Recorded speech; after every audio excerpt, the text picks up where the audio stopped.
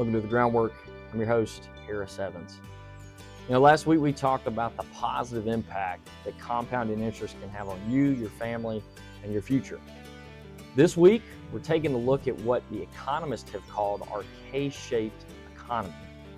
And if you remember back in 2020, those same economists, who are obviously obsessed with the alphabet, deemed our economy in a V-shaped recovery. And that does make sense because our economy went shut down and then roared back. Same with the stock market, but also same with inflation. Over the last 6 years, it's up over 24%, while U.S. wages are up 15 to 17%. The S&P 500 is up over 108%, and real estate is up over 52% in valuations.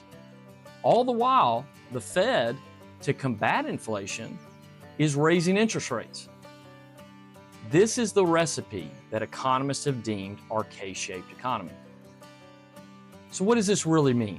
Well, it's a growing divide of wealth, and it's only growing, getting bigger. There's the top side of the K, and there's the lower side of the K. The top side of the K have not really felt as harshly the impacts of higher inflation and higher rates. They're already settled. They already own a home. Their assets are larger, so the 108% of the S&P 500 growing helps them, as we found out last week with compounding interest, a lot more. But those that are trying to participate, trying to buy stocks, trying to buy a home, they're doing it at higher valuations, all the while with higher interest rates on mortgages. Our wages are not growing to keep up with inflation. Hard numbers. Go to buy a home, you take out a $250,000 mortgage at a 3% interest rate, it's about $1,000 a month. You buy that same home, $250,000 mortgage at a 6% rate, that's $1,500 a month. That $500 is a huge impact on some families. And so it's really inhibited some people of being able to purchase homes. So here's the reality. Those that have owned assets that are on the top side of the K have really seen their assets and their net worth most likely double over the last 5 to 6 years, while the lower side of the K are struggling to save and pay bills and get ahead. And so I think of Warren Buffett's quote that says, "A rising tide lifts all boats."